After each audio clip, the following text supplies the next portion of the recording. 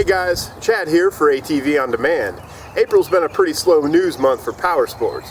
Manufacturers are pressing pause on production, and most of us can't get out on the trails or into a dealership.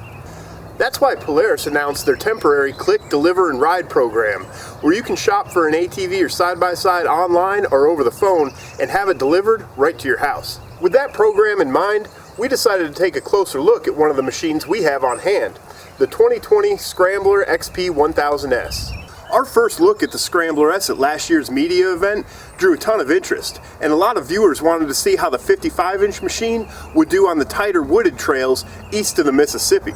So that's our plan for this machine, and that series is coming soon. But for today, we want to take a walk around the machine as if we were making a purchase, in order to help better inform you if you can't see one in person. Let's check it out. The first thing you're going to notice about this machine is the gnarly, mean, ugly, and aggressive look that you're either going to love or hate right away. The width and abbreviated front bumper, the flared fenders, aggressive lines, makes it look like it's ready to pounce. If the look of this doesn't get you excited for a ride, probably not the right machine for you. Okay, seat height is 37 inches, and that's the same as the standard Sportsman XP 1000. For some reason, this machine feels a little bit taller than to me, personally. It's probably not, but it's obviously big. There's no denying that. I really like the ergonomics. The handlebars are risen pretty high, and they're adjustable fore and aft, but out of the box, the location is really comfortable, especially in the standing position. So when you're seated, the machine is really narrow for a big bore. Not really narrow, but narrow for a big bore, and that makes it comfortable, easier to maneuver on. And of course the seat is nice and soft and plush, as you've come to expect from Polaris. The handguards are really nice too. I really like those handguards. They're on par with a good aftermarket bolt-on, so that's a cool feature. Another thing you're going to notice when you hop up on the machine is that the front tires, they pop out and they're visible from the standing position. So that's kind of cool. It's going to make crawling more easy. You can line up, pick your lines a little bit better, know exactly where your tire's going to go. So I really like that from the standing position of this machine. I like the gated shifter, but the placement of it is just a little bit awkward, at least when it's in park. It's really not an issue once it's shifted up into gear, but back here when it's in park and you're sitting on it, it's kind of at an awkward angle to go ahead and shift up. I don't really know where else they could have put it, and once you shift it into gear, it's really a non-issue. One thing I wish they added was an elevated foot peg in the footwell. The one that's in there really isn't going to hook onto your boot, especially when it gets a little muddy and sloppy. Tire selection seems just about perfect for this machine. The Duro Power Grip 2s, 27 by 9 by 12, all the way around. The lugs are deep and they're spaced wide. They look like they're an excellent choice for all-purpose trail riding. For me personally, I would not see a need to upgrade the tires on this machine at all. I think these are a great choice. The 9s all the way around is what a lot of the XC 4x4 racers are going to.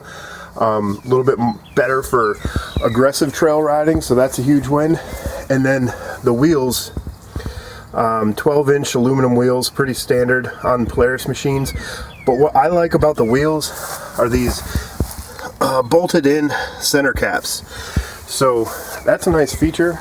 Anybody who has had a Polaris in the past knows that those center caps find a way of disappearing on you sometimes. So bolted in, those aren't going anywhere. I really like that.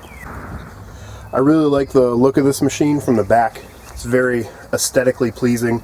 I like the center mounted exhaust. I think when you go ahead and swap that out for an aftermarket exhaust, it's going to give it a nice fighter jet look. So that's really cool. I think the machine looks just as aggressive from the rear as it does from the front, so that's pretty neat. I'm not a huge fan of the CVT exhaust location. This is the CVT exhaust, and it kind of seems like it was an afterthought. I feel like it could have been just a little bit thought out, just a little bit better. I don't think it's incredibly vulnerable, I think my biggest complaint is just how it looks there. It could have been tidied up a little bit better. Okay, the rear storage almost seems like kind of a joke that Polaris is playing on you. You can't even open it all the way. It's kind of hard to get your hand into. The only thing in here is the factory toolkit, and you don't really have a whole lot of room for much else. Maybe goggles or some gloves or something, but really not a lot of room, and you can't get it open all the way. And this tray under the taillight, not really sure the purpose that this is supposed to serve. It doesn't appear to be a heat guard for the exhaust. There's a heat guard actually bolted to the exhaust, but seems like it's custom built for catching mud and making it a little bit more difficult to clean.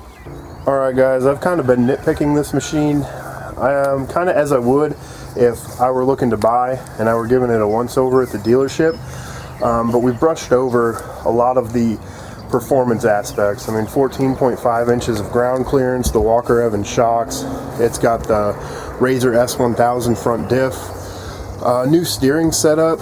A lot of the things that we covered in the media video from a year ago, I kind of didn't really get into and just gave it a walk around. So check that video out and definitely stick around for our series, because we're going to line this machine up against a bunch of other machines and really give you guys the honest feel of what the 55-inch wide Scrambler is like compared to the more standard width options. The Scrambler S is in a class by itself and capable like no other machine from the factory. Again, we've got a multi-part series planned for this machine where we're going to line it up from other 1000cc machines available on the market. Make sure to stick around so you don't miss it. Thanks for checking out the video, guys. We'll see you again next time right here on ATV On Demand.